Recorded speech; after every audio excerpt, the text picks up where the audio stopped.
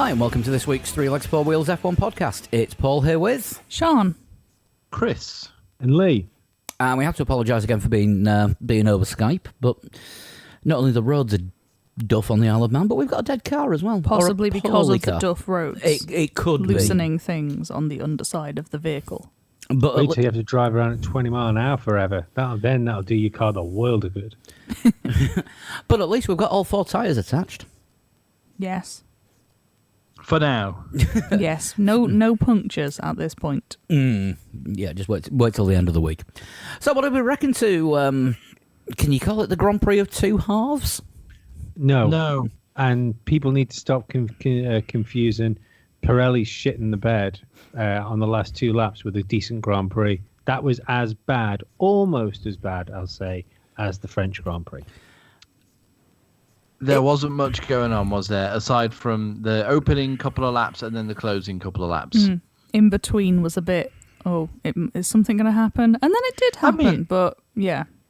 Yeah, I mean, there were overtakes. There were like swaps of position like further down. You know, Gasly had a pretty good run, and you know there were other drivers sort of jostling for position and going on really weird strategies, which actually played out quite well for them in the end. But yeah, just a very very strange ending to what was quite a normal, should we say, race, because it wasn't exciting really. There was nothing. Definitely wasn't a classic. And it wasn't also. I would disagree with Lee and say I don't think it was quite as boring as France last year. Not quite, but it was closer to that than not. Oh yeah, totally. Yeah, the middle part for the most part was pretty boring. Yeah, and let's not forget as well. Did we have two safety cars? Yeah. And two safety cars, and they didn't even spice it up. Yeah, but I mean, they were both sort of fairly early in pretty quick succession. You know, they were both in the first quarter of the race. I think, was it 12 of the first 18 laps were behind the safety car? Yeah. Yeah. There were only 6 laps of racing by the time we got to like lap. Yeah, I think as you say, 18 or 19. I mean, when you get that with something like NASCAR or IndyCar, then it's usually because something exciting's happened. And then something exciting happened straight after. Well, the incidents that led to the safety cars were questionable and worth talking about, but I think in classic podcast fashion, we should just probably start at the back and work our way forwards. Right, in that case, we'll start with Haas and K-Mag's DNF. Was it Albon's fault? No, not really. I don't think it was Albon's fault, but He shouldn't have had his nose there. But what I think was it much the same as I thought about the Albon Hamilton incident in Austria. It was a racing incident. Nobody really deserved to get a penalty, but the amount of whinging that Albon did in Austria. Oh, this guy's such a sore loser. Yeah. The FIA then kind of had to set a precedent, didn't they? That any time that happens, they have to give the car that didn't yield a penalty. This time, that car just happened to be Alexander Albon, so he can have no complaints. My problem with that whole thing was you're flat going into there, or like maybe a little lift, and like when you look at it, it was just. It wasn't even Magnussen's back tyre. It was half of Magnussen's back tyre, the back half. I mean, the problem was, though, that K-Mag had actually bounced off the curb and had to slow down. It was hitting Albon that made him bounce the curb. Before that, going into the corner, he did clip the curb. But in that case, why is Albon putting his car there? Because Magnussen was unsettled. K-Mag hit the curb and then had to go wide under braking. But he didn't go wide. He got him on the apex of the corner, didn't he? He turned into the corner. That's when he took a load of curb, and part of the corner. The first part of the corner, he bounced himself out wide on the curb. Albon saw the space. Albon went for it, and Magnussen closed the gap, and then they hit, and then. But the gap was always going to close. Because the gap was clearly not there. Because, like I say, he had the back half of Magnussen's tyre hit the front of his tyres. Magnussen wouldn't have even seen him at that point. Because he was starting to back out. He wasn't going full on flat through it. But Albon had started to back out. But As I think racing think, incident, but it's. I think he put it in a stupid place again. I think he put it in and don't get me wrong, I'm not hating on Albon because I quite like Albon. And like, remember before the beginning of this season, I thought he was going to give Max a run for his money, but it's clear that he is now in the same position that Gasly was in last year, and he's crumbling. Possibly. I mean, they've swapped his engineer out. I mean, we're not talking about Red Bull straight. We're talking about Haas, but. Albon had an awful weekend. Couldn't get the balance of the car right. Crashed him in second practice. Missed most of third practice, and then had a terrible qualifying and an okay race. It was an all right recovery, but it wasn't setting the world on fire. But but in terms of Haas, which is who we're supposed to be actually. Anyway, McLaren. Magnussen. I don't know. Total non-entity throughout the weekend, really. He had a good start, though. And for him to be like, I think when you look at the strategy they had, I think he'd have come home with some decent points if that race had gone, because Grosjean was looking strong for a while. And usually if Grosjean's somewhere, Magnussen's up the road from him. I thought Grosjean could have got points when they left him out for a little while, but then Grosjean. We were saying this during the race yesterday, actually, that Haas's strategist is doing actually a really good job and has done the last couple of races. It's just that they work for Grosjean. Yeah. That's what I'm saying. I think Magnussen would have turned that into some points. To be fair to Magnussen as well, I was going to say, in fairness to Magnussen, with the Albon incident, no whinging from him on that. No he went for a gap. None of that stuff. He was fairly. Nobody's balls were requested to be sucked. No, which I think if it was the other way around, Magnussen probably would have gone with that line as well, because that's how he goes about his business. I think that might be the fact that he was shook up, that he crashed at like 180 miles an hour. No, Magnussen's pretty hard. He'd have thought that was funny. But no, he was fairly sort of unranty in his comments afterwards. And also, if there's a Perez available for the driver market, as we suspect there might be, we'll get to that later. Do we think that the Haas drivers are in competition with each other as to which one stays? Not really. Not really, because, I mean, did you see the notebook after the Hungarian Grand Prix a couple of weeks ago?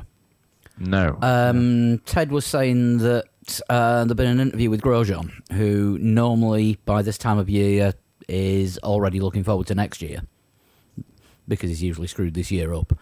And he was asked after Hungary, so what's your plans for next year? How are you going to tackle things? Like, well, I don't know. I'm going to see what the situation is and where I feel like being. And it's not your choice, Roman. It looks like he's thinking of walking away.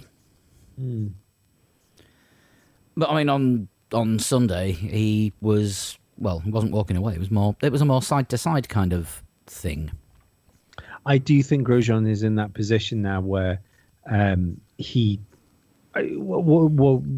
where else would you put a driver like Grosjean? Do you know what I mean? Haas in the kitchen. Not directly in front of you, because more weebs than Bruce Forsyth.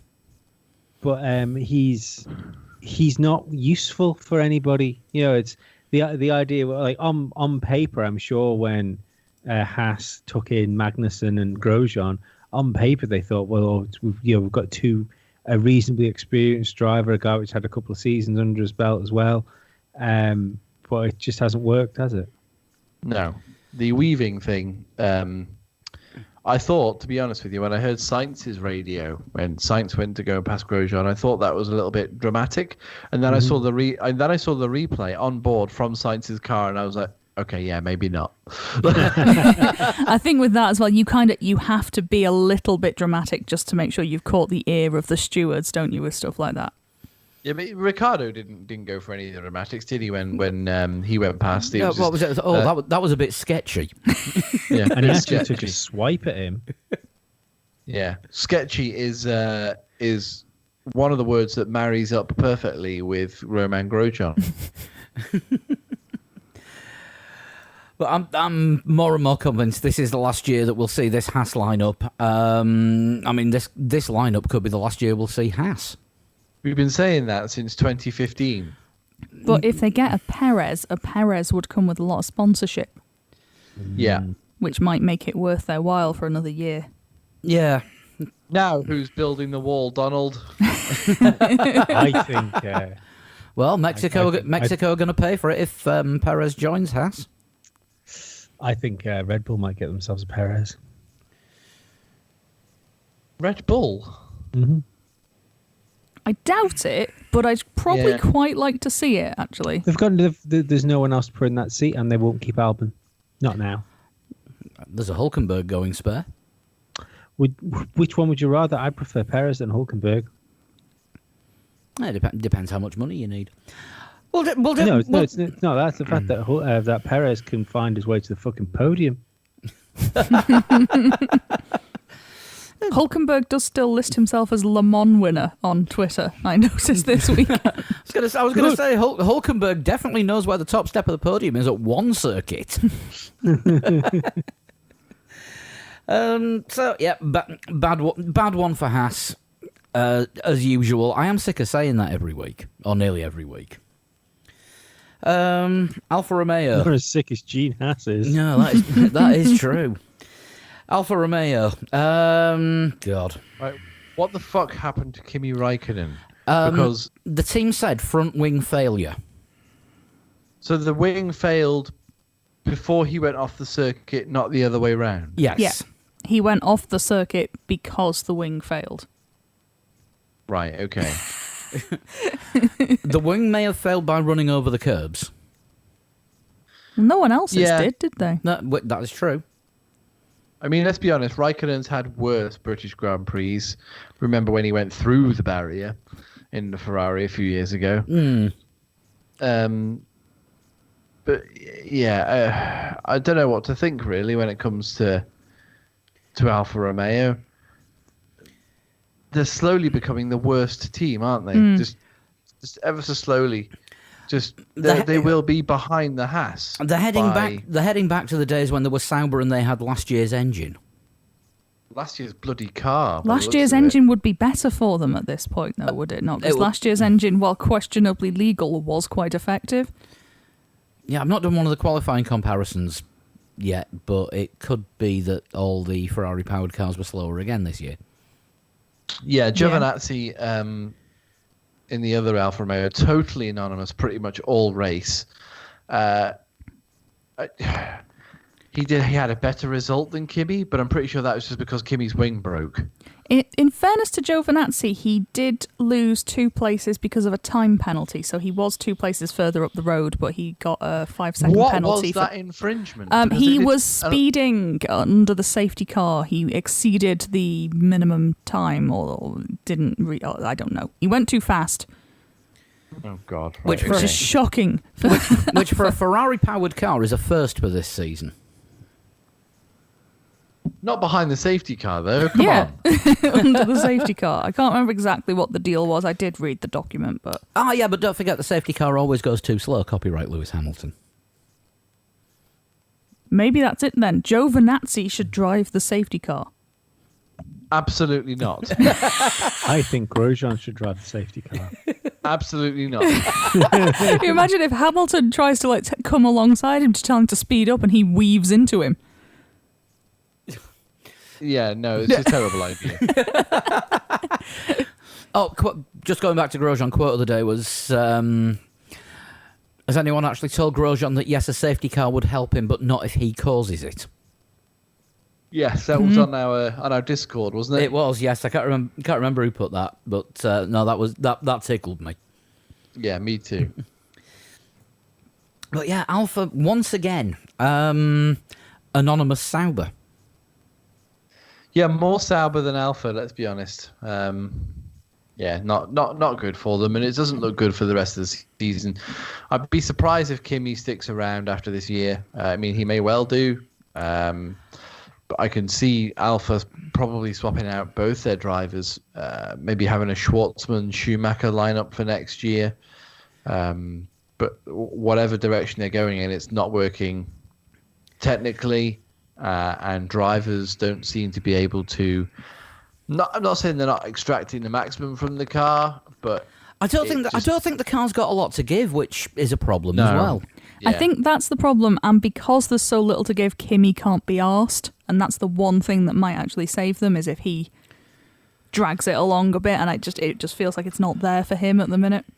Was it practice or qualifying when Giovinazzi got in Kimi's way, and we had what classic Kimi team radio? I think it was quali. Yeah. I don't know, the best Kimi team. What are we doing if we can't even get our own car out of the way in the last corner? Fuck's sake. No, I think the box one was... The best Kimi radio was telling him to box, then telling him not to box, and he just went off. See, the thing for Kimi is he's never been in this situation before. Even the Sauber, when he came into Sauber, it was a reasonably competitive Sauber, probably... Point scoring. Yeah, on par with probably where a Renault or McLaren might be now, or something, so around that sort of line. And it was more of an achievement then, because it was top 6 that scored points. Yeah. Yeah. So I like, apart from the fact that he's just never been like stuck down the back of the grid and like maybe like the second worst car around. Why would you want to carry on doing that? Do you know what I mean? Like, you've been a world champion, you've driven for Ferrari, you've driven for McLaren, you're a multiple race winner. I don't understand where he would find the fun. And to be perfectly honest, it probably speaks volumes about more to the character of Kimi Räikkönen, that he's not happy just like driving around the track picking a check up. He doesn't want to do that. He clearly still wants to compete, and he can't compete. Yeah. Yeah, I mean, I think if he hasn't checked out now, he's preparing to check out. I don't even think it's a case of checking out. I think it's just a case of frustration. I'm sure all of a sudden, if that car found a second somewhere, it would be fine. I mean, the other thing to think about is there's a reason that Ferrari kept Vettel and Kimi in the car, and I can only wonder whether it's the fact that they've both got similar driving styles, or that even if their driving styles aren't similar, they like the car to react similar to each other.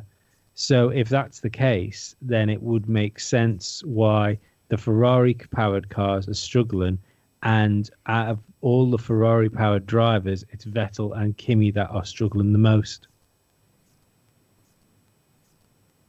Interesting point. Yeah. Yeah. That's your one for this week. It's not even my one for this episode, mate. Yeah, it's a shame if this is Kimi's last season to see him go out like this. This is Damon Hill in the Doggerber Jordan, that he got that sick of driving that he retired during the British Grand Prix and wanted to quit until he told he was going to get his arse sued off. Yeah. Yeah.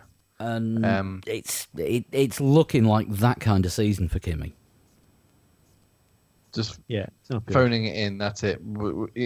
He's always wanted a season where there's going to be no fans, hardly any media. So he's got his wish, and I don't think he enjoys the actual racing part of it, because he's not really doing an awful lot of racing. Yeah, I mean, he's got two of the three things he wanted. Unfortunately, the third thing is a fast car. Yeah. Right, Williams next. Latifi 15th, Russell 12th. Given where they qualified, and Russell had his time deleted because of leaving track limits? No, it's speeding under yellows. Speeding in the yellows, of course. Yeah, sorry. So they start 18th and 20th, I think. Yeah. For them to finish 12th and 15th, I think it was. Mm-hmm. Bloody good effort. Not bad, given that I said, there'll be nowhere for cars to hide at Silverstone, because Silverstone's really going to show you how good and how poor certain teams are. We got a binary result with a few top teams because of other outside influences, should we just say for now. But the fact that Williams fairly anonymously got round on the same lap as the leader and finish 12th and 15th is insane. You couldn't tell last year's Williams team that. They would not do. They just wouldn't have believed you. No, I mean, by rights, Williams at the moment are finishing 1-2 laps down, sometimes more, especially on a circuit like Silverstone where it's all about the speed, and that's something that they haven't had for a long time. Yeah, it looks like they've got the speed. I mean, do you think others are flattering them there, though? Like the Haas and Sauber having issues.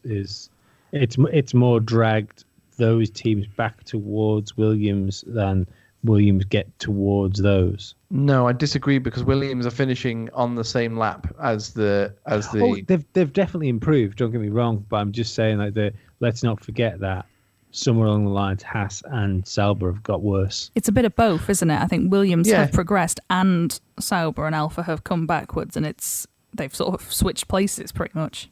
There's a little bit of flattery there in that Carlos Sainz was behind George Russell after obviously what happened with his tyre on the second to last lap or last lap, second to last lap, wasn't it for Carlos? Yeah.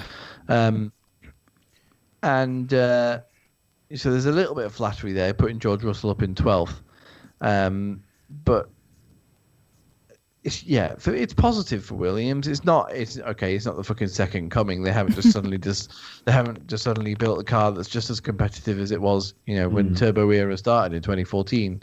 But they're moving in the right direction. I said that there'd be nowhere to hide if your car was shit at Silverstone. Williams' car probably not shit. It looks like it's all right. It's okay. They might nick a couple of points. They're still the only team not to score a point this season. But they might nick a couple of points, Yeah, I think maybe not finish last. Yeah, I think we're not far off seeing Williams actually scoring points. George Russell has proved that the car's got one lap pace on a Saturday, which which is more than you could have dreamed of last year. Presumably, as well, managed the tyres quite well because they both did not have a puncture. I think Russell said something about his tyres were going towards the end of the race when he was in his pen interview. I think there was some issues going on there, but obviously not as bad as some teams. Yeah. But I think everyone's tyres were going off because what was it? Pirelli said 40 laps for the hards, and it was about 40 laps. Yeah, 39 on Valtteri Bottas's, I think it was, and 40, I think, on Carlos Sainz's and obviously Lewis Hamilton's. So managed his tyres well enough. Well, no, they double stacked the Mercedes, didn't they? So it must have been 39 as well. Yeah. Yeah. Well, Hamilton punctured a lap later, didn't he? So. Oh, of course. Yeah. Sorry. Of course. Yeah. I'm getting my maths all wrong. unless you're Crofty and saw the wrong graphic flash up on screen. That was fucking confusing. We will get to that later because unsurprisingly, the graphics department's in with a nomination for Wankers this week. Yes, they are, absolutely. Right, first of the real, I would say, binary ones. Racing Point. Hashtag pray disappointment of the weekend, really, weren't they? Hashtag pray for Hulk. This time last week, we pretty much all predicted podium. So there's a cat headbutting my microphone. We pretty much all predicted a podium for one or other of the Racing Points, and then one of them gets COVID, one of them can't start, and one of them has a fairly anonymous ninth. Cool. Yeah. Very strange. Don't know what to make of it, really. The Hulkenberg not starting the racing, that's just typical Hulkenberg, isn't it? Yeah. Yeah, peak Hulkenberg. And peak Hulkenberg in 2020 as well, I'd just like to point out. Hulkenberg's back for one race only, and his car won't actually start. That's the thing. Do we know if it's one? It was awful, that. Yeah, it was awful. Do we know if it's one race or two? That's the question, because nobody from Racing Point is entirely sure when Perez tested positive, according to whose criteria, and when he's going to be allowed out of quarantine, should he get negative on his next test at the end of 7 or 10 days, depending on which rules are being followed at any particular time, based on, was it Wednesday's or Thursday's test last week that was either positive or inconclusive? He won't be in the car this weekend. I don't think so. I think from a planning point of view, the uncertainty, you'd go all in on Hulk at this point. It's just easier. Yeah, and he'll be in the simulator now probably while we're recording this. And working on his neck. Hulkenberg would have put Stroll away on the race pace during Sunday's race. Yeah, it kind of pointed to maybe Stroll's like good form being a false dawn, didn't it? You know, like we spoke last week, didn't we, about how we'd only know with Stroll having a good car what he was like when he got to a technical circuit. You know, he got to a technical circuit and he was fucking bobbins again. Yeah. I think he spent most of the race tangling with Ocon, which we thought was going to be third safety car, and then Ocon ends up 3 places up the road. Yeah. And he shouldn't have, like, that car, from what we think anyway, unless something had gone on with that car and it's for some reason it's not working around Silverstone, I don't see why all of a sudden it wouldn't be like at least third best car all of a sudden. You know, it's just a bit bizarre. I don't think Perez would have had those problems. No, I'd have liked to have seen what he could have done with the wilting tyres. I think he would have been on for a very good result, which is a shame. I don't think his tyres would have been wilting. I think he'd have had about a good 6 or 7 laps more. It's fine, more boys. Left in him. I think it would have been interesting to see whether he was with Verstappen or slightly up the road from Verstappen, but following the Mercedes. Yeah, I think Perez would have been thereabouts. It's easy to surmise and easy to use hindsight to look back. But yeah, I don't know. I don't know if it was just Lance Stroll, because Stroll was pretty good in the practice sessions. I think one of the practice sessions finished as I had predicted the race, Hamilton, Bottas, Stroll, and I was like, oh, okay, here we go. This is looking fairly good. And then for qualifying, I don't know what happened. He just didn't string his lap together properly and just didn't start in a particularly favourable position compared to the practice pace that he had, and just kind of fell away through the race. I mean, you were seeing, you wouldn't expect, would you, like someone like Gasly and AlphaTauri to straight line. Well, I'll say this: you wouldn't expect Gasly to be able to straight line a Mercedes. He did it last year in Brazil. But yeah, you wouldn't expect, not just Gasly, but Ocon as well, Daniel Ricciardo. They all found it pretty easy to get past Lance Stroll. I have to agree to a certain extent that maybe the technical circuits might be Lance's weak point, which doesn't look good because the next few circuits are pretty technical. Yeah. And the next circuit we'll see him on that he's any good will be Monza, and he'll be right up there at the front again. Quite possibly. I mean, his. That's Monza is where one of the 2 circuits that Stroll's been good on. The other one, of course, being Baku. Yeah. So, yeah, I think. Spain is not going to suit him. We know that Silverstone is a little bit off on. I mean, this was his first points finish at Silverstone. He's never got on well there. So, yeah, I think another few weeks before Captain Point and Squirt comes back to trouble us. Yeah, maybe. Hopefully he does better this coming weekend. But I mean, it didn't make a lot of sense to me as to why Racing Point just. I can understand why Hulk wasn't, because I think Hulk, he got clearance 15 minutes, didn't he, before FP1. So he was half a I think at the end of Friday he was half a second off of Stroll, which was respectable given that he's not been anywhere near a racing car for 8 months. And then I think Saturday he was like half a tenth. And then it was qualifying, obviously went out in Q2, and then the race, as we already discussed, it didn't start. But I just wonder if maybe, as we were saying about Williams falling back, some of that was like Stroll not being suited to like the classic sort of technical circuits like Silverstone, and the upcoming circuits like Barcelona and Spa. Yeah, you might find it a bit difficult for the next few weeks. Yeah, it's it's going to be a tough one for him. I mean, one thing that Hulk was complaining about, and it's it just shows how much. Bless you, whoever did that. Thank you. That was me. I tried to move my mic away and everything. I mean, it shows how much work that drivers need to do even during the season and during the off season on fitness. Hulk was complaining about his neck on sort of Saturday night, Sunday, and just because of the G-force that's going through it. He was also complaining about the bumps and the inside of the headrest on Friday. Yeah, and the knobs that they installed. Yes, he didn't like his knobs.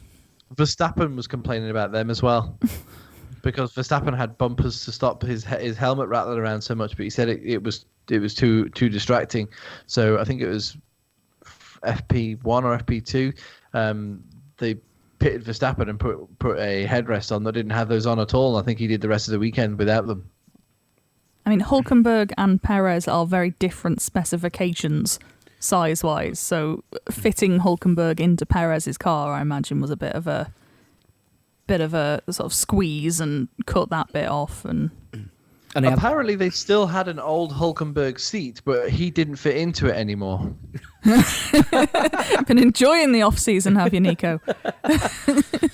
Well, he put a photo montage up saying what my weekend was like, and the first picture of it, he was eating some kind of giant cake. That's the issue. He was also wearing Lance Stroll's race suit. He was definitely wearing the shoes, wasn't he? Mm. There was only a 2 centimetre difference, apparently, in height between Lance Stroll and Nico Hülkenberg. And we always think of Hülkenberg as being super tall. Well, apparently Lance Stroll must be quite tall as well, then.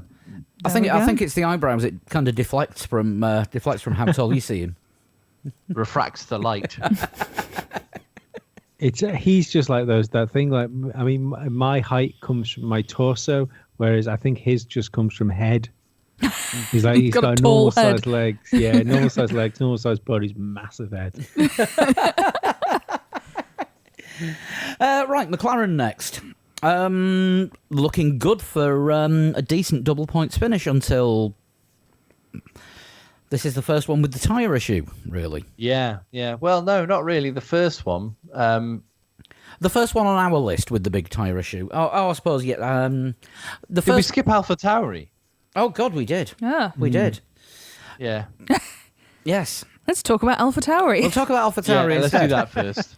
Kvyat had a tyre issue, but it wasn't the same as everyone else's because everyone else was blowing front lefts, but he looked like he had a rear tyre go out on him suddenly. Yeah, I think there's been lots of... Sorry, go on, Charlie. I was going to say, they haven't actually said what it was, but they've said there was an issue. It wasn't him.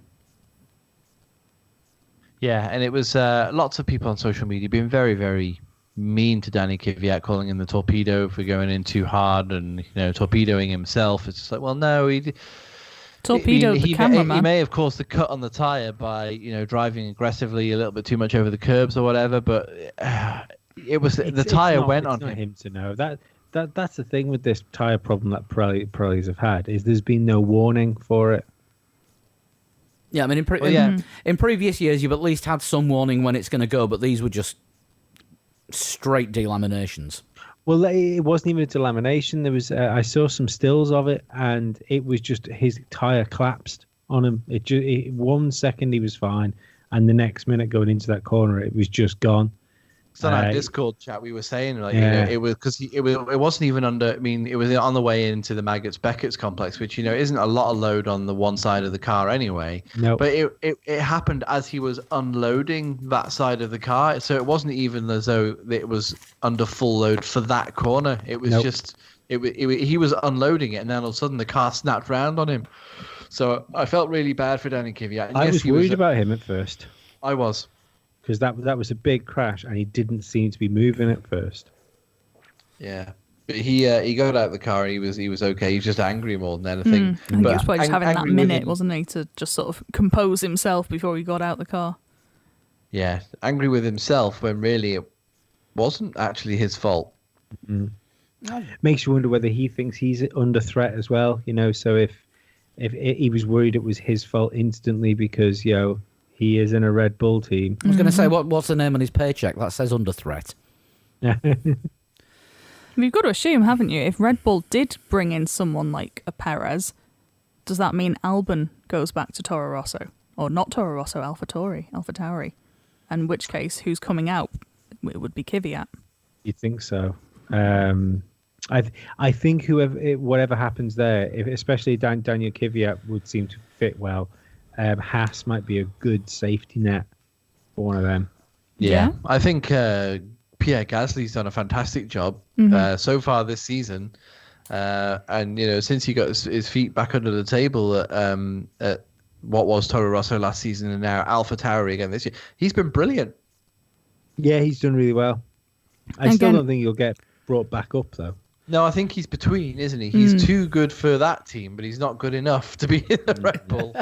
He's someone who could, in a couple of years, end up at like a Renault or someone of that nature. Yeah, down the line.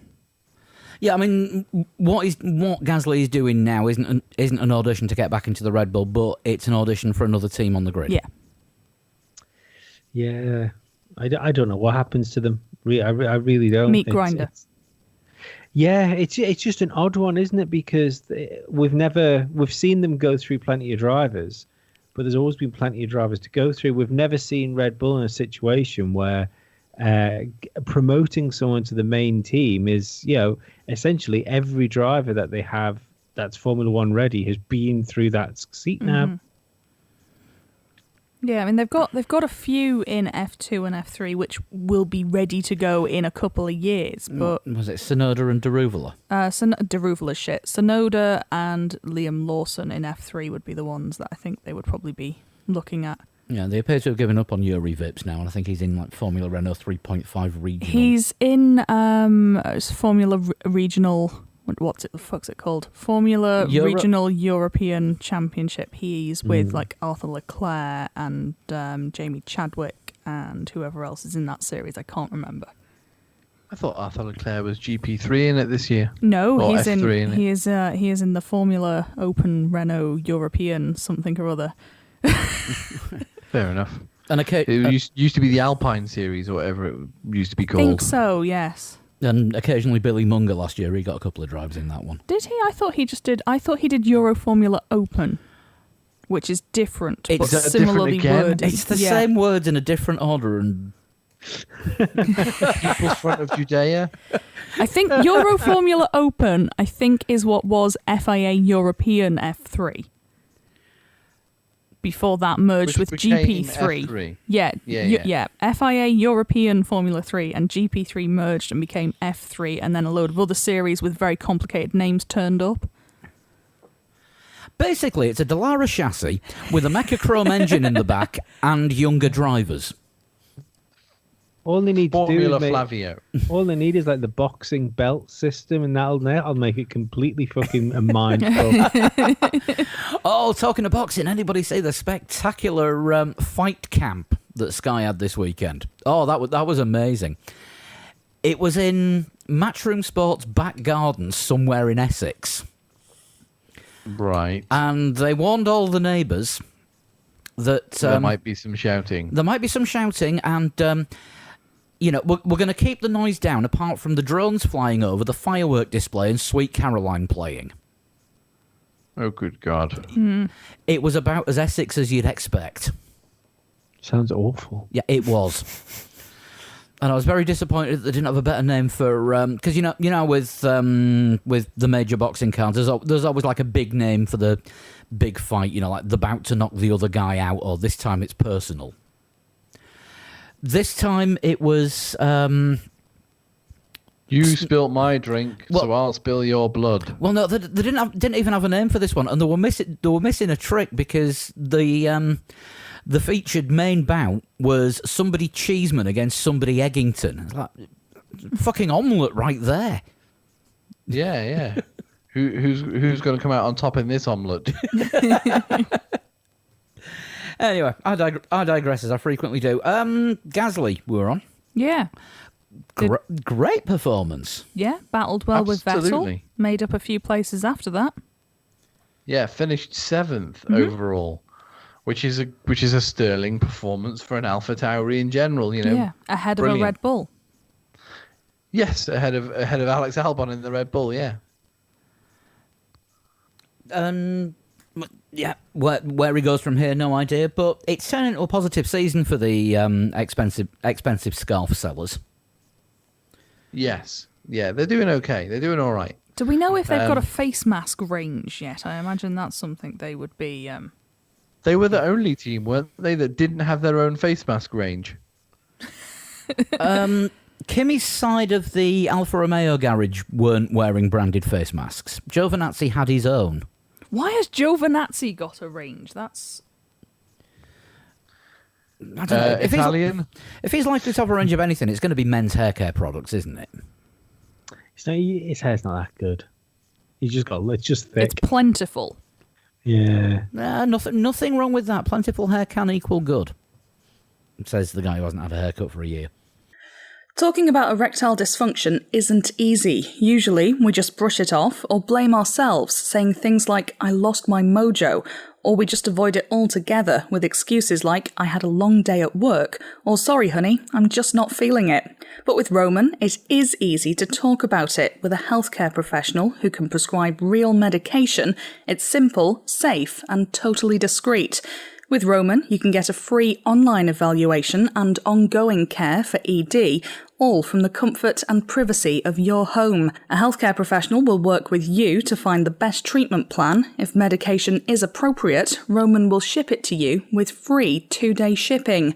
The whole process is straightforward, simple, and discreet. Getting started is simple. Just go to getroman.com/4wheels and complete an online visit. Erectile dysfunction used to be tough to tackle, but now there's Roman. Complete an online visit today to connect with a healthcare professional and take care of it. Go to getroman.com/4wheels today. If approved, you'll get $15 off your first order of ED treatment. That's getroman.com/4wheels. getroman.com/4wheels. Shall we move on to McLaren next? I think so. Oh, yeah. Let's do that, yeah. Right, okay. Was it McLaren or is it... Yeah, McLaren next. Yeah, it's definitely McLaren next because that was the order that we wrote them down in earlier. So, Carlos Sainz was Sainz in 4th when his tyre went? Yeah, he was, yeah. Sainz was in 4th, Ricciardo was behind him, and then Norris was behind Ricciardo, but then those two shifted up a spot when Carlos's tyre went kaboom with a lap to go, or 2 laps. Penultimate lap, I think, his tyre went on him. I was ever so slightly gutted for him, not just because I predicted him for a podium. I suppose, yeah, he was only a Charles Leclerc retirement away from a podium. At one point, was he there? Oh no, because I suppose what happened to Bottas as well. So yeah, I don't know, but yeah, it was looking all good, especially after what we didn't know how McLaren were going to be around Silverstone, and throughout the free practice sessions, they didn't look very strong at all. But during the race pace, that's where they've definitely got some there. And it was interesting to see them battling with the Renaults as well. Didn't think that the Renaults would be quite as good as they were this weekend, but McLaren is still there and thereabouts. Yeah, I mean there was a lot of toing and froing between McLaren and both Renaults all the way through the race, and yeah, they did look strong, and is Sainz getting buyer's remorse for signing that Ferrari contract for next year? I would be. Oh, absolutely. You'd think so. I don't think it's ridiculous to think that with a Mercedes engine in it, that they will be. They'll take a step next year towards Red Bull. I don't think they're all of a sudden going to challenge Mercedes, but I think they'll take a step towards Red Bull next year. They could definitely be a regular podium, couldn't they?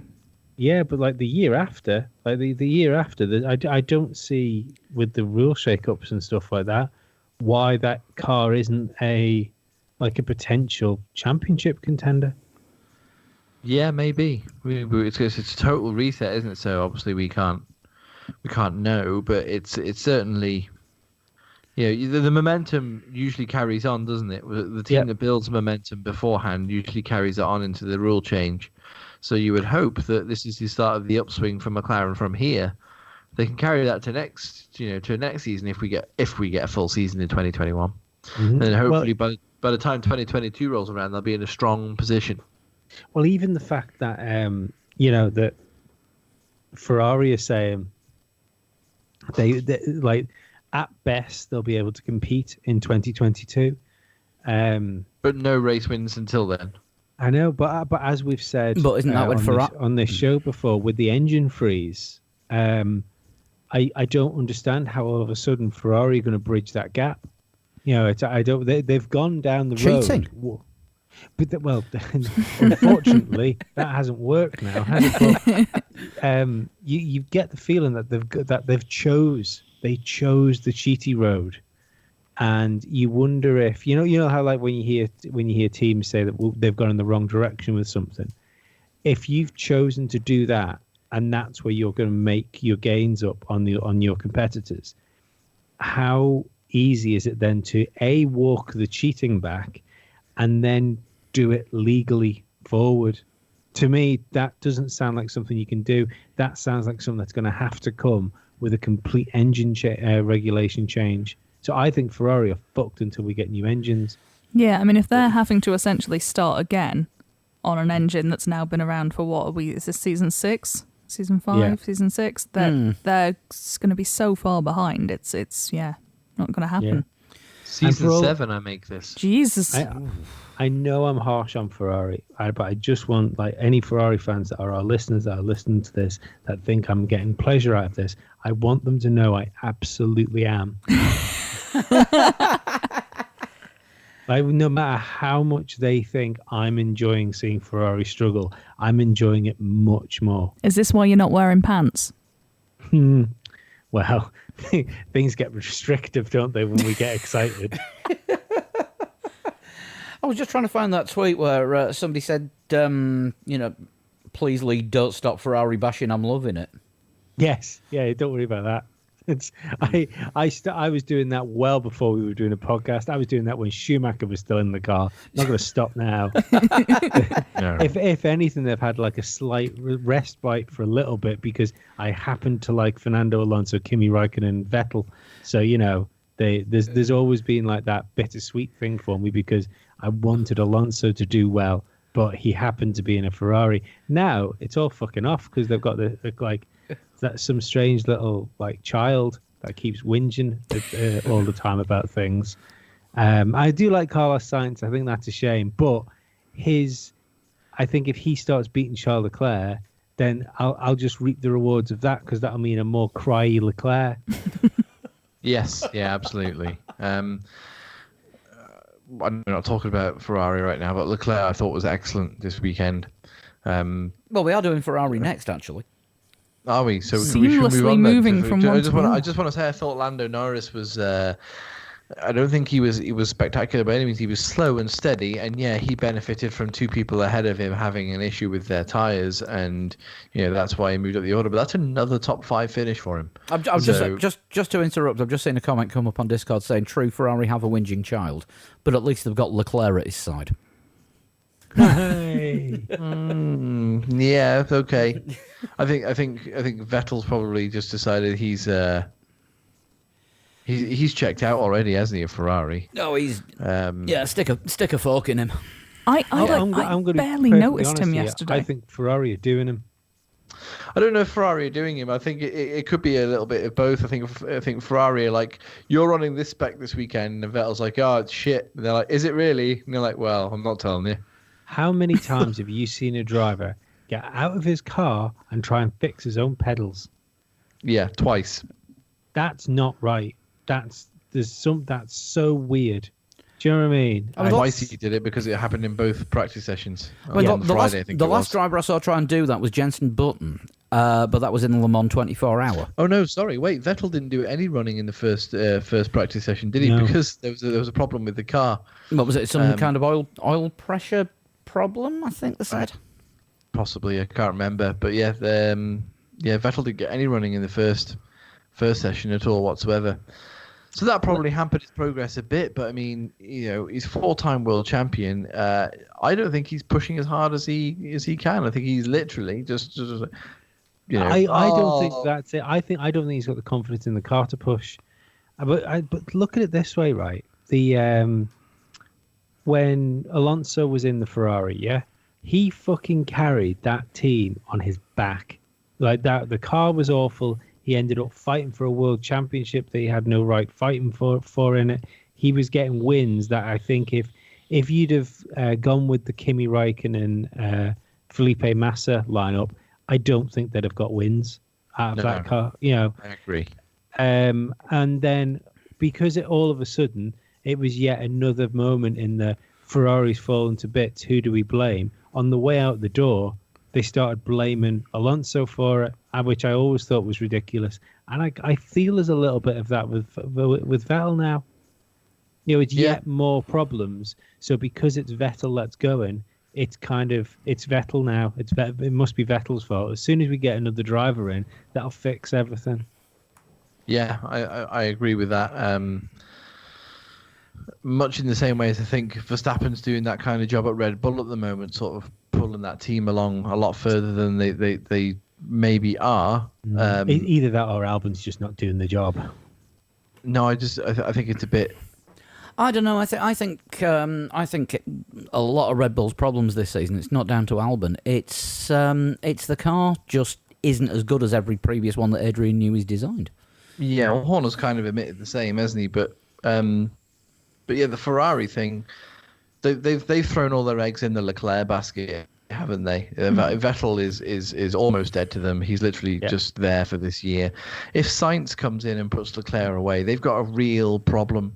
Well, they haven't, because they've got about 50 million children waiting in the wings. I mean, are any of them actually as good as Leclerc or Sainz? And would you bin off the driver that's doing better for the driver you've already put your eggs all in one basket for? Yeah, I mean, you probably wouldn't, would you? But I think Schwartzman could be. I think he could be of a Leclerc level. Yeah, especially if he gets in at one of those Alfa Romeo seats next year. Mm-hmm. Yeah, I think Schwartzman's definitely got the potential.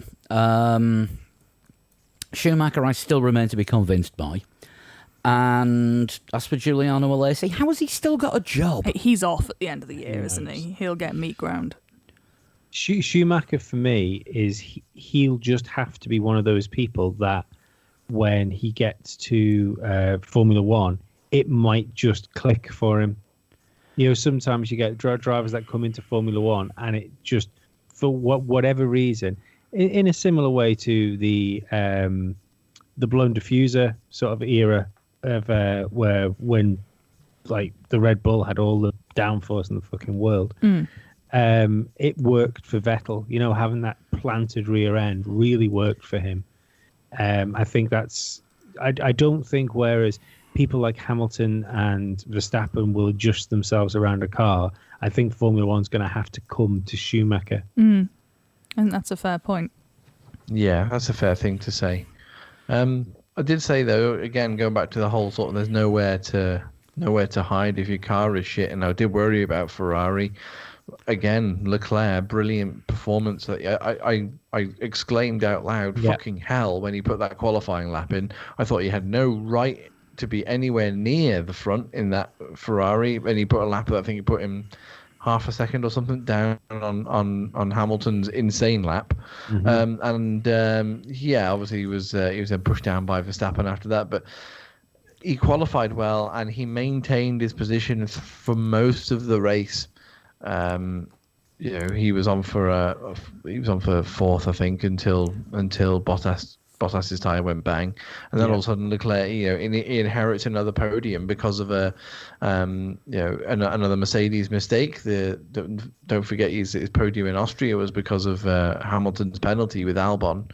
So he's almost the right place, right time guy. Saying about Norris before being quite lucky and picking up places, and yes, it's another top 5 finish. Well, Leclerc's got 2 podiums in a Ferrari that does not deserve to get podiums. No, he definitely doesn't deserve to get podiums. But there is a bit of me wonders whether maybe that car's good enough to just be there, but it's skewing it a little bit because Vettel's in so much trouble. Maybe. Because that's the same as I think of Red Bull. I don't actually think that. I don't think Verstappen is dragging that car to a place it shouldn't be. I think he's driving that car where it should be. Don't get me wrong; he's still obviously driving it very quick because he's very quick. But I think if there was a different driver in the second car, that both the cars would be up there. Possibly. I think Red Bull's problem. Are we on to Red Bull next? No. There's Renault next. Renault next. No, I do think Red Bull's problem is to do with the car though.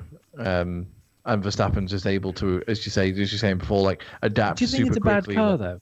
I don't think it's a bad car. I just don't think it's as good as Red Bull thought it was. No, it's definitely not as good as Red Bull thought it was. But like, if all you have to do is look at the onboards and see how much both drivers are fighting with it. That's the thing. I don't think it's bad. I think it's probably a very quick car. I think it's just so highly strung and so difficult for them to find the right setting. So this is what Albon's problem was. But that kind of goes with my idea of if they had a better driver in the second car, it would probably be further up the road. I think is it more of an experience thing though, that Verstappen having an extra couple of years is maybe more used to being able to set up a car and knowing what's going wrong for him, whereas Albon is still less than a year into his Red Bull career. I promise I didn't come on this podcast this week just to try and break the hearts of Albon's fans, but it doesn't sound like that. He just looks out of his depth at the minute. I think you got a lot. I've seen a lot of people saying the same thing. But I've got to remind people that he nearly won the race in Austria. Yeah, with Mercedes in front of him that were trying their very best to lose it. Broken Mercedes. You can only beat your opposition. No, yeah, that's what I'm saying. But it's just he happened to be there, and again, he didn't win that race because he was stupid. Yeah, but he was almost at the point of winning a race, and then here we are 3 races later, and it's maybe we need to put another driver in the car. Yeah, but I think think that's too short-sighted. Oh no! I'm just saying. At the minute, he doesn't. He looks out of his depth. He looks like the pressure's on him, and he doesn't seem to know what to do with it, or he doesn't seem to overcome it. One of the two. But like the Austrian race, I just think he was lucky to be in position. I don't think he did anything like wonderful to get there. It was just he was there, and then all of a sudden the Mercedes were falling apart. And he should have won that race if he did. Yeah, he should have done. Yeah, he should have won it. Verstappen would have won that race. Yeah, probably would have done. Yeah, absolutely. But I just think it's you can't just chuck a driver out of a car or say that a driver doesn't deserve to be in a car 3 races after he was battling for a race win. They've changed his engineer. He's got Simon Rennie now as his race engineer, who was Daniel Ricciardo's race engineer when Ricciardo was at Red Bull. And after Ricciardo left, he went and Simon Rennie went and did a job in the factory, and somebody else became Pierre Gasly's engineer, who then obviously took over when Albon took the seat. So they brought Simon Rennie back, hoping that that's going to sort of change the fortunes a little bit. But I hope it does. Don't get me wrong. I think it would be the same if you put almost any other driver in that car alongside Max Verstappen. I agree with that. I think Verstappen is that good. I think and it doesn't look good for Albon, but I don't think it's all Albon's fault. But then that comes down to the thing, especially if you're a team like Red Bull that wants to win championships and constructors championships, then you just have to pick better number 2 drivers. The thing is though, when you've got a freakishly amazing talent like Max Verstappen, maybe Max is doing to the Red Bull what Alonso was doing to the Ferrari, and he is dragging the car where it shouldn't be. Yeah, in that case, you need to get a better number 2. Ferrari did it with Schumacher. At that time, Schumacher was essentially becoming the first Formula One super athlete, wasn't he? He was dragging the other drivers into the future to where we see all Formula One drivers as athletes. But they did. They got Barrichello, who was capable on his day of pushing Michael Schumacher, of getting the 1-2s. If Schumacher was up the road, Barrichello was a second behind him. But the thing is, though, when you look at the Red Bull mentality, then drivers are marketable, disposable commodity. Yeah, but it's not working, is it? They don't hire from outside of the team. Yeah, that's fine, but it's not working, and it's again they will lose that that place in the constructors' championship to McLaren if they're not if he doesn't book his ideas up.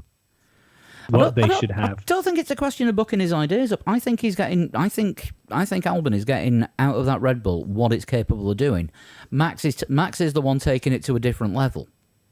Now, when Schumacher was winning everything and Barrichello was coming second in everything, that Ferrari was far and away the best car on the grid.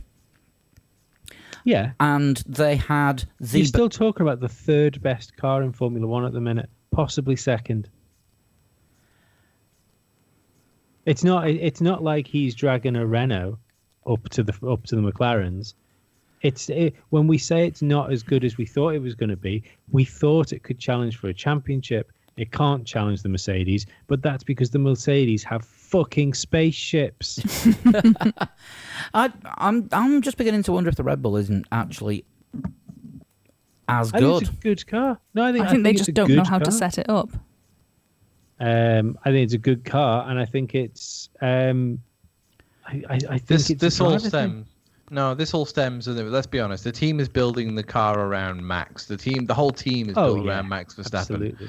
So if you're not Max Verstappen, it's not going to be built for you. So that's what I was saying before. Any driver who comes in, even if they bin off Albon, and they may well bin off Albon and put Gasly back in, or I don't know. Bring somebody in. Perez, Hulkenberg, Grosjean. Christ, not Grosjean. Jesus, wow. No, not Grosjean. That's a terrible idea. But that's what I'm saying. This is what I'm saying is that they're going to have to look at their driver lineups. Well, unless they can sign Lewis Hamilton from Mercedes, I don't know how they're going to find a driver who will be able to do the same as what Verstappen's doing. Oh no, you don't need someone that's going to do the same. You need a Bottas. You need somebody that's going to be there to pick the wins up if something happens to Max Verstappen, or if Max Verstappen is third, your man's fourth or fifth. It's you can't have somebody scratching down the back for podiums and having these silly collisions. Not when you're in a team which wants to be winning constructors. So Bottas, but not Bottas. Yeah, but how many times? I think Perez would be a perfect one. Nico Rosberg then, Schrodinger's Finn, both finish and not finish at the same time.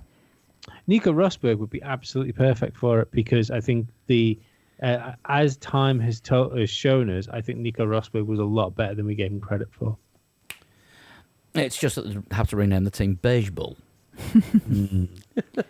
But no, I think you're right. I think Perez would fit well into that role. But it's whether or not they'd actually go for him. I don't think they would, because it would undermine the concept of the Red Bull program. But I think they're going to have to ditch that concept because they just haven't got the people. And they've ditched it with their number one driver. True. I mean, he wasn't on Red Bull until they signed him for Toro Rosso. No. Well, the only reason they got him for Toro Rosso is because they offered him the race seat. I think it was Mercedes and Red Bull were both after him. And I think it was essentially, well, if you sign for us, we'll put him in a race car straight away. Yeah. But the problem is, they're saying they need to go outside. They need to find another Max, not the next Max, a current other Max. And but aside from Hamilton and Bottas, I don't think there is one. Like I said, I think Perez would be a perfectly good number two. I know it didn't work Toro Rosso wise, but Sainz, I think, would be able to keep Max honest enough. Ricardo would be another good one. Yeah, there's a load of good drivers on the grid. There's a load of a set of potential world champions if you put them in the right situation. I don't think we'd see Ricardo going back there because he didn't want to be number two. No, I don't think he'd go back there. I think he might have done if he was offered it. When he was leaving Renault, I think he might have gone back there because there was sniffing going on, wasn't there? Vettel, I think Vettel would be ideal for Red Bull. But he wouldn't be a number two. It would be. It would be all out. It would be all out war. It would. But I don't think Red Bull do the number 1 and 2 thing as much as we accuse them of. If that was the case, Ricciardo would have never beaten Vettel. But they also have built this team as it is now around Max Verstappen and what he wants. And Ricciardo came in and beat Vettel when it was built around him. There's no question that I don't think the team was necessarily built around Vettel at that point, but they definitely. The Max Verstappen is a long-term thing for Red Bull. They want his entire career in Formula One to be at Red Bull, so they'll do whatever they can to keep him happy, which I think includes building the team around him. Do you know what? They can build the team around him as much as they want. I don't think he's going to be happy until he gets a car that can win a championship. And I'd love to know what the clauses are in his contract, because if they don't sort it out and there's a clause, pops up, I know we talk about like Mercedes want to keep Lewis Hamilton happy. I think they would rock the boat to get Max Verstappen in the other car. Possibly, but again, we would really see how good Max Verstappen is when he was in a car that, a different car to a Red Bull. Yeah. And I would look forward to that. But anyway, we've spent a long time talking about Red Bull when it wasn't even their turn. Yes. So we'll do Renault next then. Yes. Danny Rick equaling his best performance in a Renault and getting 4th. Mm-hmm. Renault, and with Ocon 6th as well, Renault are actually starting to show the promise that they've been threatening. I remember a podcaster saying I thought that Renault was as good as, if not better than, McLaren last week. Well, I think you said it a couple of weeks ago, and I disagreed. And I was wrong. It's all right. I'm just willing it. Well, they did both benefit from Sainz's puncture. They did, yeah, but so did Norris did as well. In between the two of them, it would have been McLaren Renault, but then it's turned out a totally different way anyway. They'd have a great championship if we got rid of Red Bull and Mercedes. I think Renault and McLaren could have a great championship together. Well, I saw a comment from somebody saying, "Can Mercedes just go and have their own championship?" And it was like, "Yeah, go on then. If you want to go and watch two cars race for 2 hours." Yeah, I think that'd get old quite quickly. Yeah, I think so too. I'm already bored of it, and it's not a thing. Exactly. So, I mean, Ocon spent a lot of time battling with Lance Stroll and managed to survive it. Yeah, he did really well to pass him as well. I think Gasly got the headline pass on Lance Stroll going down the inside of turn 1, but Ocon to really get quite brave and overtake a car that we think is a lot better than the Renault was pretty ballsy of him. I don't know if he's just starting to shake. Is this like a sign of Esteban Ocon like shaking his year off rust? Is this him sort of like, okay, I remember how to do this now, and sort of slowly coming back into it? Or is this just one of those situations where the car was really, really good and both drivers were able to do the best that they could in the car that, let's be honest, is a bit better than we thought it was? Could be a little bit of both. I thought it was anyway. Yeah, could be a little bit of Ocon is getting back into the groove and the car is quite good. I think it was one of those weekends where everything starts to click. Mm-hmm. And I think this could be the start of a bit of a Renault resurgence. And I think we'll see them fighting more with the McLarens. It's not that exciting. There's a suspicious noise in the background. Because we keep like praising McLaren, for what they've done. That's because they have come from a long way back. But like Renault deserve a tip of the cap as well, because they do seem to have found performance from somewhere. But where? Maybe they've got this secret Ferrari cheat going on. So are Renault still protesting Racing Point's They finish? are. They did it again this week. Even though they protested Lance Stroll finishing 9th and Hulkenberg not even starting. I don't think they actually protested Hulkenberg. I think they just protested the Stroll car. It's one of these FIA foibles where you've got to put in a fresh protest every week, otherwise it doesn't count when the whole verdict comes out. And then the stewards have to formally recognise that it's the same protest as last time and that they'll refer it to the panel, and it's, Yeah, I mean... So they're protesting the fact that a car finished 3 places behind their second driver? Yes. Yeah. Because basically it means if the protest gets upheld and it turns out that in the view of the FIA that yes they have copied the brake ducts exactly from Mercedes, then all results from that car that are protested will be scrubbed from the record. Okay, fair enough. It's bureaucracy hell. It sounds like it. You know, I mean, don't forget the FIA was put together by accountants rather than actual racers, so that's why it's got all these rules. Yeah, but aside from the rules, we want teams to be up there and fighting, and we're never knowing who's going to be in. It'd be nice to go to a race and never know who's going to win out of 5 or 6 teams. We're pretty sure we know like the 2 or 3 teams that the winner's going to come from. One team that the winner's going to come from, but it's really cool to see that Renault are actually genuinely able to get up there and fight amongst the Ferraris, McLarens, even the Red Bulls. Given a slightly different set of circumstances, could have seen a Renault on the podium, and that would have been frightening. I mean, can you imagine Danny Rick doing a socially distanced shoey?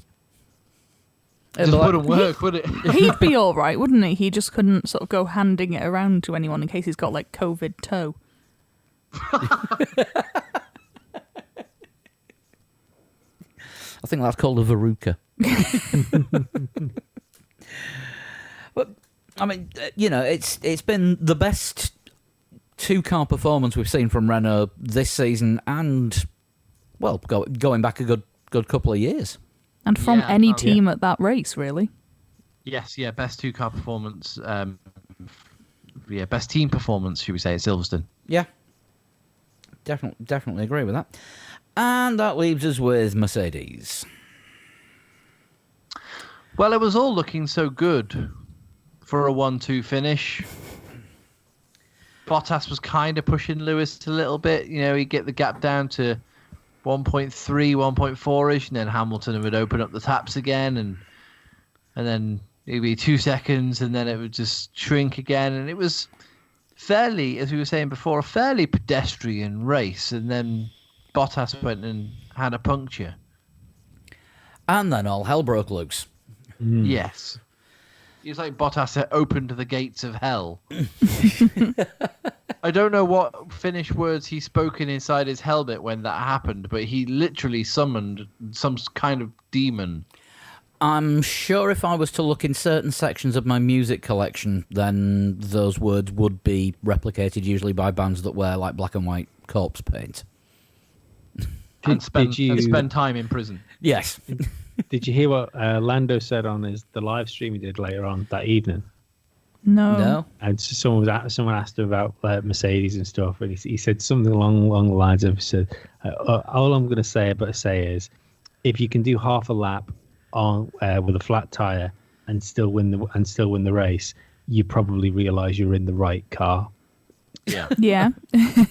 Did you see the tweet from Mercedes, maybe an Instagram post actually, from Mercedes today, where they said, so we've been looking at the data and Lewis Hamilton did 230 kilometers an hour down the Hangar Straight with 3 wheels. Jesus. It's all right, isn't it? That's about 160-ish miles an hour, I think. Yeah, I mean, he said he was trying not to go too slow so the whole tyre collapsed on him. Yeah, well, you're kind of using some like centrifugal force there, aren't you, to try and keep the thing inflated? Just to hold it onto the cake tin, basically. Yeah. But you've got to balance that out with, okay, what if it shreds and then there goes half the bodywork in the aero. Yeah. While remembering there's a Dutch guy on fresh tyres coming at you from behind. He was a lucky boy. He was realistically, that was Red Bull's race. I mean, the thing that we didn't mention was pitting Max for the set of used softs with 2 laps to go. Well, they did that for the fastest lap. They did that for the fastest lap, and then Christian Horner said there was about 50 lacerations inside on the front left tyre.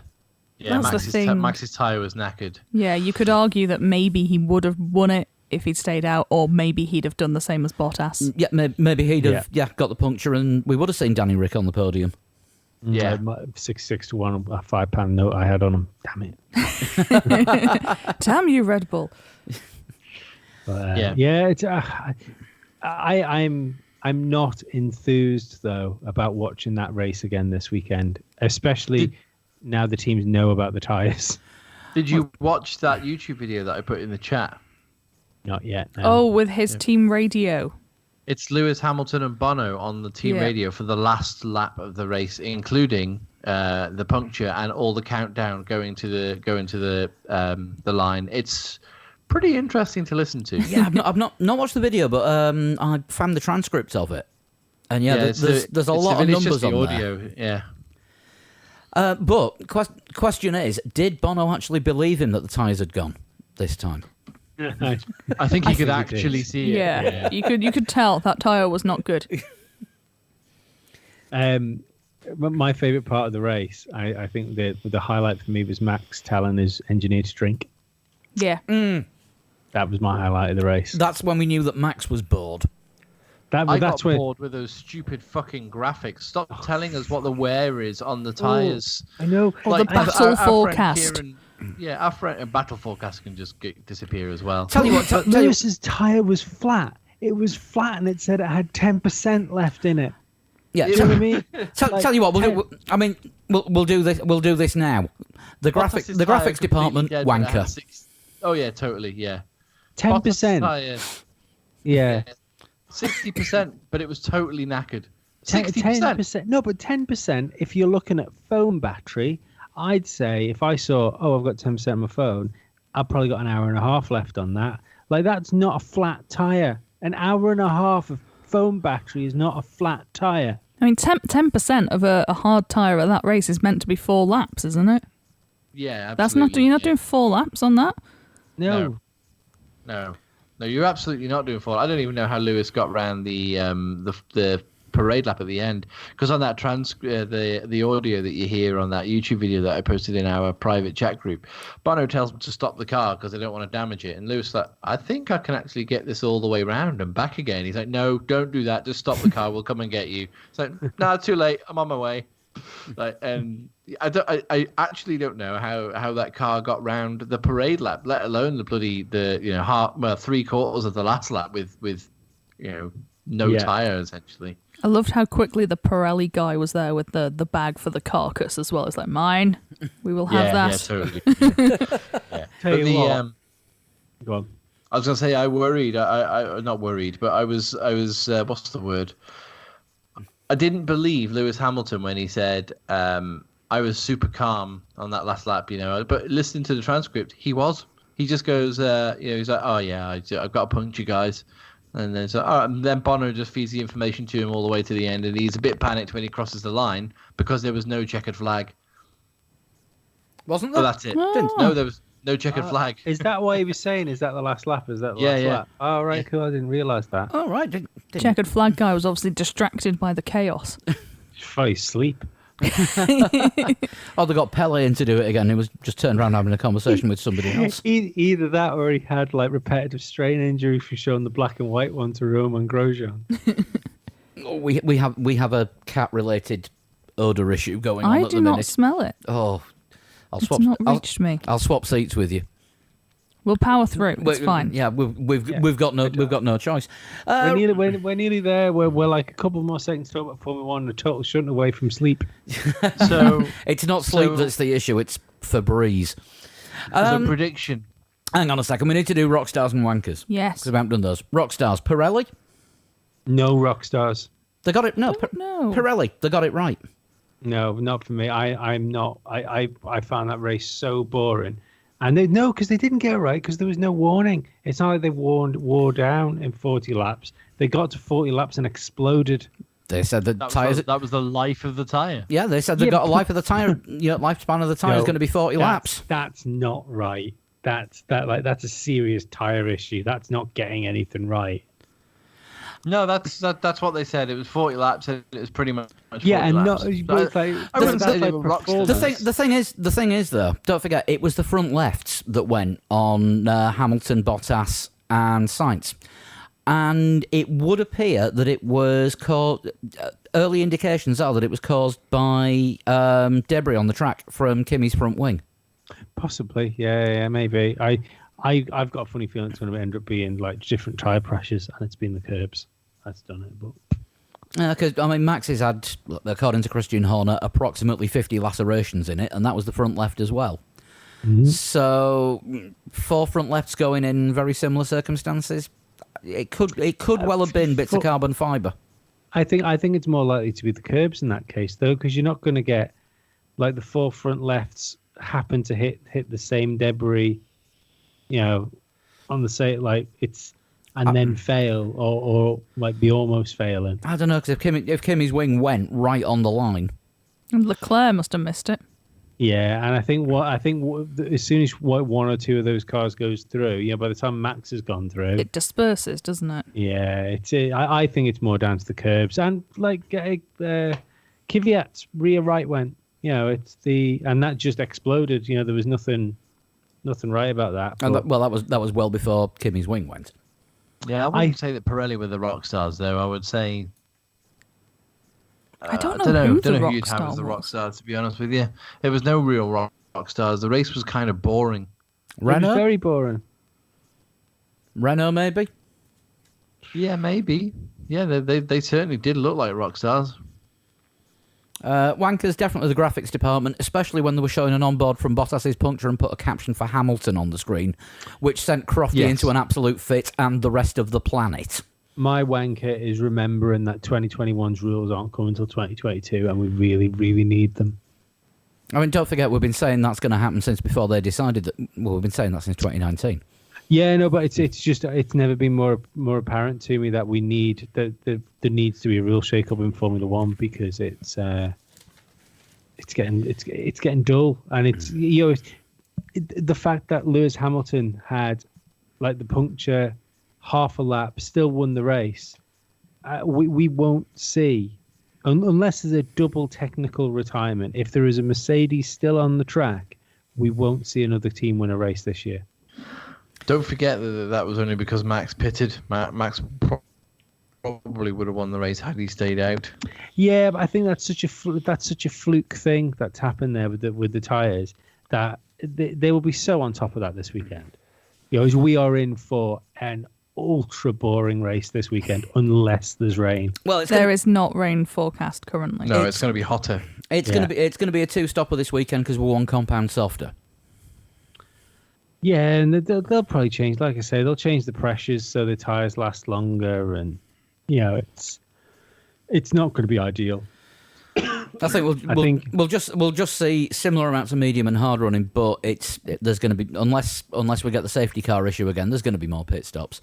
I think all I'm saying is, after speaking to a couple of people in Australia that got up to watch that race, this one might be one just to record. Well, you could always join us on Discord for the live chat that we're doing all the way through the race. No, they'd still have to get up stupid o'clock in the morning. But they would get to express their frustrations. It's not worth it. We get up at stupid o'clock in the morning for supercars. And for their Grand Prix in Australia. Yeah. Yeah, they have to do more than us, though. Not the point. Let's do let's do some predictions, and as is becoming usual, I will try and get a hold of Dan and get his and add him onto the website because I completely forgot to message him earlier because I was having a day off work today and I was having a day off brain. So nice. Who's going first? Which order are you putting the Mercedes in? I'll go Hamilton, Bottas, Max Verstappen. Okay, who's up next? That seems very. I'll go a step further as well. Hamilton from Bottas Hamilton will cross the line 1.8 seconds difference, and then Max Verstappen will be 20 seconds down the road from Bottas. Interesting. Dizzy. I'm all right. Dizzy isn't going to win, but she's going to have a go. She's going to have a go at the mixing desk.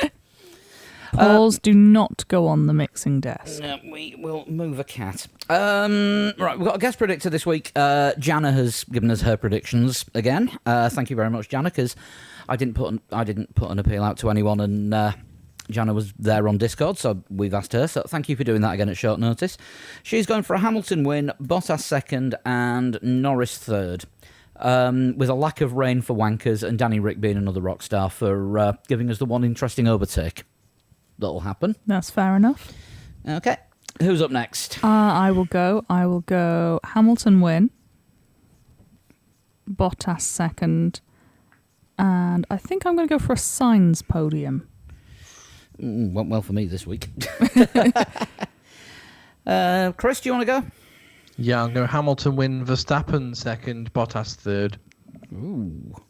Crazy. Contentious. Red Bull will do something with the tyre strategy that just kind of works for them. They're usually pretty good at that. And I will go for a Hamilton win, Bottas second, and I'm going to throw Albon in for a third. Ooh. I think it might come together for him. Actually, no, scrub that. Oh. Scrub that. I'm going to go for Danny Rick. Christ. I'm going to go for a Danny Ricciardo podium. Okie doke. And I reckon we'll get some form of shoey. We will be on Discord during the race because it's much better than the live blog because it doesn't crash and we all get to chat with each other. Yeah, it's less reporty as well, isn't it? More sort of interactive, which is good. It's more fun, which it's what it's meant to be, isn't it? It is, yeah, absolutely. I think you'll need to find some fun from somewhere. Which is why we're going to be having the chat on Discord. Lee won't be joining us because he'll just be sat in a corner going humbug or something. It's just other boiled sweets are available. I want to be proved wrong, but I just don't think I will be. Right, just before we shunt, quick one on Formula Lee. We've suspended it because there's a massive glitch in the game. Yep. You can use the flashback feature, and every time you do, it knocks a little bit of time off you. So, if you do it enough times during a lap, you can actually probably get negative time. So, until Codemasters fix the game, so you can't cheat like that, because we're giving prizes away. So, Formula Lee is going to be on hold. We'll start it again. We'll start it with Bahrain because I know everyone's been doing Australia, and I know there's been a lot of laps sent in. We'll come back to the Australian Grand Prix later on in the season, but we're going to keep an eye on any patches and updates, and as soon as Codemasters have fixed it, first show after that, we'll kick it off again with the Bahrain Grand Prix. You can still buy the 3D printed track models from Scott 3D. Just go to the website, threelegsportwheels.com, and have a look at the games page. And there's a link through there. And if you use the code 3L4W at the checkout, you'll get 5% discount. Very cool. Obviously, that's not the only advert we've got in this week's show. I need to find a home for that, even though it's already happened by the time you're listening to this. Time to shunt it. Okie dokie. Right. Do not close the laptop. You will be able to see that I have the recording software open in front of me, and that is it. Yes. This one was sent in to us. He went proper out there to get this one to us because it's something we've never asked for before. But he emailed me this one at mustseeaudio@gmail.com. So yeah, he really snuck around the back of the house to get one in. They will find you somehow. And yeah, this is from Tom Pretty. Thank you, Tom. Thank you for sending this one in, Tom. Are we ready? Yeah, I think all so. All ready and prepared. I'll just shut the laptop. Bye. I was born. You were born. Yay. In 1969. No, sorry. Okay. Do you know why I thought that? It's because I saw 1960 and then the song started in my head, and but I want to say 1961. Right. So what is it? What year were you born in? I was born in 1982. Right. And what year was the particular shunt born in? 1961. Right. Okay. Fucking hell. Strong start. I left Formula One after only 8 races. So half a season then. Okay. I was replaced by Canada. Oh. So probably a race. I take it that's not like the country. Everyone had to go in the car afterwards. I'm a pioneer in F1 safety, witnessing the first ever safety car deployment. And we've already gone past the I was first. going to say, how many clues have we had? That was 4. Oh, sorry. Sorry, I got carried away. I think we're overdue, I guess. It was the excitement at Canada. It's sleepy times, that's what it is. It's something that had 8 let's be honest, hosted 8 races. Yeah. It was replaced by Canada, so it was probably replaced. When was Canada first on the circuit? Like early 70s? 75, 74, 75 at Mosport. Yeah. So what would have replaced it? I'm wondering if it's no, because the US Grand Prix were always like back at Watkins Glen back then, weren't they? Was it the Dutch Grand Prix at Zandvoort? No, that was going until the That 80s. was later. Was it the Danish? No, not Danish Grand Prix. There was a Swedish one There for a was while. a Swedish one. There was a Swedish Grand Prix. There was also a Swiss Grand Prix, but I think that only happened once because then they realised that motorsport was actually banned in Switzerland. And now they brought it back with Formula E, and if you crash, you're in danger of being eaten by a bear. You just go to prison. No. They have a bear. They have a bear on the circuit. There is an actual bear. They race around a zoo, and there's a bear enclosure. You come off the track, you are in the bear enclosure. Peak Switzerland. So all the cars now have a mandatory picnic basket. What about South Africa? How late did that have a race? 1992. Okay. 93 was the last 93. race at Kyalami. Fair enough. Ignore me. Shall we go for the Swedish Grand Prix? Why not? Why not? We haven't got anything else. Yeah, that'll do. I witnessed the first red flag in F1 history, which led to Jackie Stewart being presented the first place trophy. So Right. we're going back to about 19... Oh, hang on. Born in 1961. Yeah, that's so when we're going back when to it will have been. 1969. Yes. I witnessed Gilles Villeneuve's Ferrari debut, which caused frustration to Niki Lauda and made him walk out of the team. Well, Lauda didn't join Ferrari until 74. So not necessarily 8 consecutive years. Yeah. If it's had 8 races, it must not have been every single year. Unless the circuit was built in 1961 and then they didn't start racing until a few years in, and then it wasn't a regular one. Yeah, that's also true. But yeah, we're thinking sort of late 60s to mid 70s, possibly. Yeah. Although, when did Lauda leave Ferrari? 81, wasn't it? Don't know.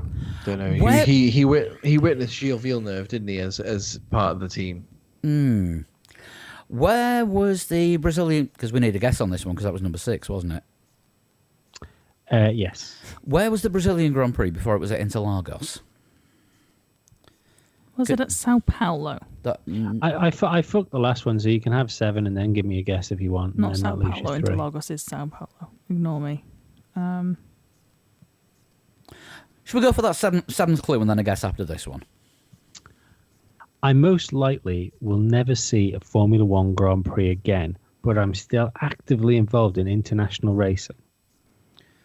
Right.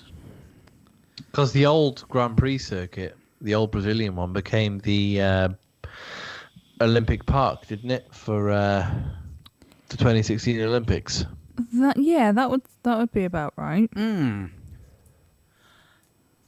Should we go for the... I can't remember the name, but are you the Rio...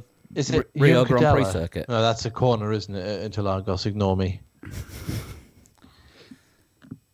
Yeah, just Rio Grand Prix we'll circuit. go for the Grand Prix circuit in Rio. How about that? Which I think was renamed the Autodromo Nelson Piquet. Oh, Christ. Hey, why not? Yeah, well, Are you good? Yeah. We'll go with that for now. I witnessed Jackie Stewart's final race start before his retirement. Well, that would make sense for Brazil, wouldn't it? Because that's always late in the calendar. Yeah, because he retired in the US, Yeah, I think his last race was at Watkins Glen. which he didn't start because he retired after Sivert was killed. Right, okay. And of course, as Sean threw an extra clue in, the last F1 driver to wear leather gloves when he was racing. Oh. And the first driver to win a race with 3 decimal places after the second. Yeah, Sean had more clues for Francois Sivert than whoever it was that sent the shunt in. It was me. I sent it in. Was that one of you? Was that yours? Like it's his job. It was one that I did. I think it was one that I came up with, and he knew him like straight away. Like I think on clue 2, and he had so much more information than I had. I am also home to the Andretti Straight and the S's. Right, okay, so you're not Laguna Seca because that's the Andretti hairpin. And every track's got S's, and most of them have been named after Senna these days. I was just going to say, like every track seems to have the S's. And the Nürburgring has a Schumacher S, doesn't it? Yes, it does. Although that's because Schumacher designed them. Yeah. Every other track's got a Tilcaro for fuck's sake. Mm. Next clue. This is your 10th and final clue. Is there a Spaffer to come after this? Yes. I am on only 2. Go on, you can do it. I'm on One of only 2? Sorry, no, yeah, it's 1. It's fine. It's not me. There's been a misspell. I'm one of only 2 that have seen Formula 1, IndyCar, World Endurance Championship, and Can-Am races. Ooh. Watkins Glen being the other. Yeah, yeah, I still think it's something in Brazil. Would you like the Spaffer? Yeah, I think so. I am one of only 3 Canadian venues that have held Formula 1 races. Go for it, Paul. I was replaced by Canada. The current Canada, maybe. I suppose. Are you Mosport Park? No, I am the Mosport International Raceway, now called the Canada Tire Motorsports Park. Yeah, that's Mosport Park. That's what I said. Oh, sorry, I didn't think you said. I didn't know that's what you said. Yeah, You just sounded Mosport Park. different. Yeah, that was what Paul said, to be fair. Yeah, no, sorry, I just heard you differently. Yes, I've never heard of that before. Never ever. Ah, right. No, it's where the Canadian Grand Prix used to be. It's a fun circuit, and I think a couple of our listeners don't live too far away from there. Although in Canadian terms, it's about an hour's drive, which isn't far when you're in somewhere the size of Canada. No. No, that was a really good one. Got us right up until the Spaffer. Right. So, other than emailing them into you, Lee, how do you send in a total shunt? Well, now somebody's done it. You can email them to me if you're not one of the social media people. You can email them to me at mustseeaudio@gmail.com, or you can send them in a PM to me on Instagram at a total shunt, or on Twitter at a total shunt. And you can drop them in an email for the reserve list for weeks when Lee's not about to 3legs4wheels@gmail.com. You can get a hold of us at 3legs4wheels on Instagram, Facebook, and Twitter. And individually, we also are At Sean Cowper. At Flood21. and at Pablo100. And if you want to hear more of us, then we do an extra show every week, not usually about F1, for all our Patreon subscribers who pledge money from $1 a month upwards just for the upkeep of the podcast, which reminds me, I need to pay the hosting bill this month. And if you go to patreon.com/3legs4wheels, you can get more details and sign up to donate there. Right, that about does it for this week, doesn't it? I think so. Yeah, we'll be back next week with a review of the 70th anniversary Grand Prix, which is going to be just like the British Grand Prix with slightly softer tyres. And slightly warmer. And slightly It does warmer look weather. toasty. It's going to be an interesting one, I think. Or not. It's going to go one way or the other. Remember to drink. Which is ironically something that Silverstone said that they couldn't do. And we might have to be remembering to drink bleach halfway through. And then we'll find out next week whether Spain's happening the following week or not. Yeah, tell you what, another late one to add to the wankers list, COVID, because it meant that there were less stewards available, and that's why the safety car periods went on for longer. Or can we just put COVID as a wanker down for every week in future? Perma wanker, I think that, yeah. Yeah. Right, that is it for us. If you're on Discord, stick around and I'll open the chat up. And other than that, we'll see you next week. Bye-bye. Bye-bye. Bye.